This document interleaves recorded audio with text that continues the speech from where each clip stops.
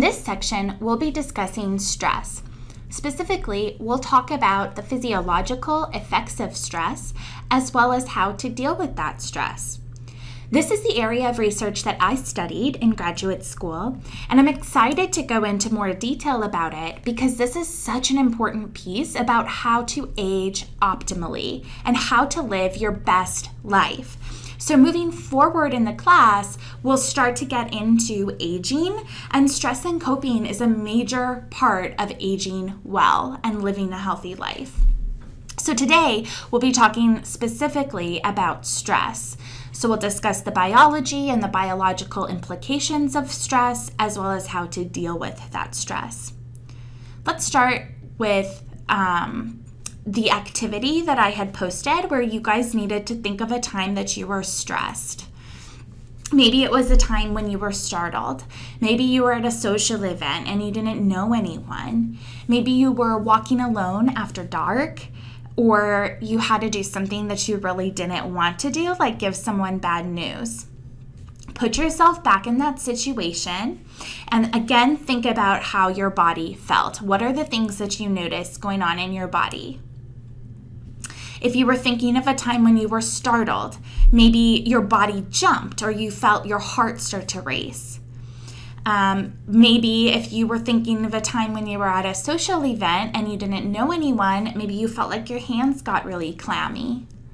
Maybe you got goosebumps, or you felt like your hair was standing up on the back of your neck when you were walking alone after dark. Maybe you physically just felt sick in your stomach when you had to do something that you didn't want to do. So just again, think of these times because we will come back to these examples in just a second. Let's start by defining stress. Stress is the degree to which individuals appraise the situations in their lives to be unpredictable, uncontrollable, and overloaded. Acute stress comes and goes very quickly. An example of an acute stressor would be like you're driving along, the car in front of you brakes really hard, and then you slam on your brakes. So that immediate stress, but then it fades very quickly when you realize, okay, it's okay, I didn't actually hit the car in front of me. Now, chronic stress comes from situations where our stress response is triggered again and again, and when our bodies don't return to their pre-stressed state. So this type of stress often comes from conflicted relationships, overpacked schedules, and stressful jobs. But is all stress bad?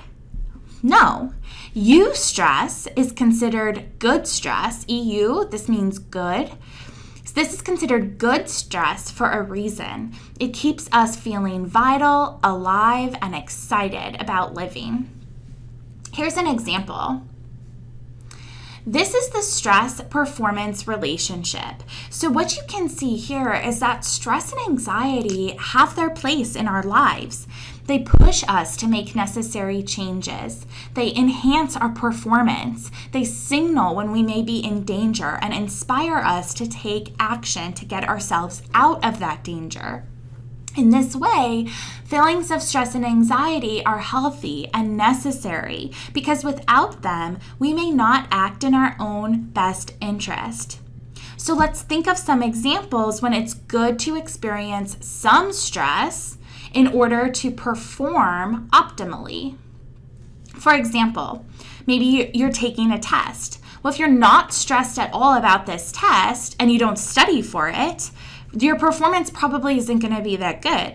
If you're somewhat stressed, you will study for it, you will take action, and what you see is you have a pretty good performance. Another example might be a piano recital or an athletic competition. There's a little bit of stress involved with that, right? And that actually helps enhance performance. But how much is too much? Well, the point at which worry and anxiety become unhealthy is when they stop pushing us to act. And this can either be because we're worried about things that are not under our control or that have not happened yet, or because we're just completely immobilized by the stress and anxiety that we feel rather than being inspired to act. So let's talk more about acute stress. So in those examples that you guys thought about when you felt stress, I want you to again think back to those. What you need to know is that the sympathetic nervous system activates a variety of neurological, metabolic, immune, and cardiovascular systems in your body. And this is indicated by increased heart rate, sweating, and elevated levels of the hormone cortisol. This is known as the stress hormone. So once the threat has been resolved, the parasympathetic nervous system can come back in and restore the body back to baseline. Basically, the parasympathetic nervous system basically puts the brakes on the body's stress response. But that stress response, that sympathetic nervous system activation, really is useful. It's a useful adaptation that, again, motivates us to get out of dangerous situations. And from an evolutionary perspective, those responses are meant to help you. So imagine that you're living 3,000 years ago. Maybe you're being chased by like a lion or some scary animal like that. Let's talk through what's going on in your body and how that stress response is actually helping you.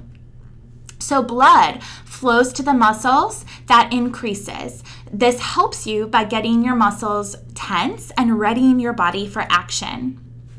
You can feel your heart start to beat faster. This increases blood pressure and prepares us for peak exertion. You start to breathe more rapidly. This oxygenates the blood, getting you ready to fight or flee. You may feel like you need to urinate or empty your bowels, but this is adaptive because it makes us lighter so you can run faster. Digestion stops.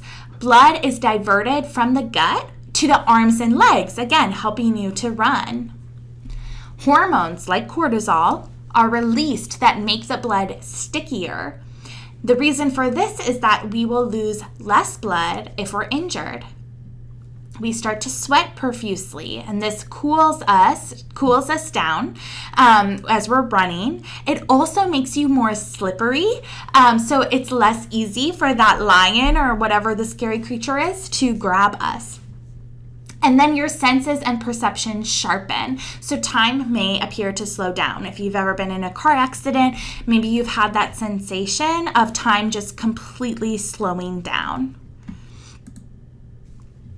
So why is it then that stress seems to be such a bad thing if that stress response is actually meant to help you?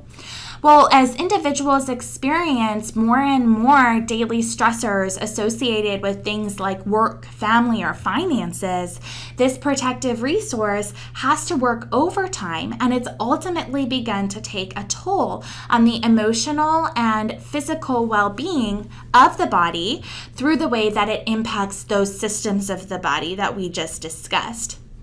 Now, this physiological toll has been termed allostatic load. And this literally means it's the wear and tear on the body. So that's the meaning of allostatic load. As you experience stress, as this stress response in the sympathetic nervous system is activated, if it's activated for too long or you're never able to shut it off, it can take some wear on the body, right? And so that's what's known as allostatic load. Now, one way that we can approach the study of stress and coping is through this stress and coping paradigm. And this paradigm views stress not as an environmental stimulus or response, but really as the interaction of a thinking person and an event. So what this means is that person's appraisal of a situation is definitely going to impact whether or not that stressor has an effect on the individual.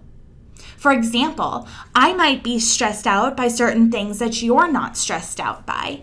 So again, this is very reflective of the view that we take in this class that context matters so much. There's this interactive relationship between the person and their environment. We have to consider the context of the individual in order to understand how stress affects them.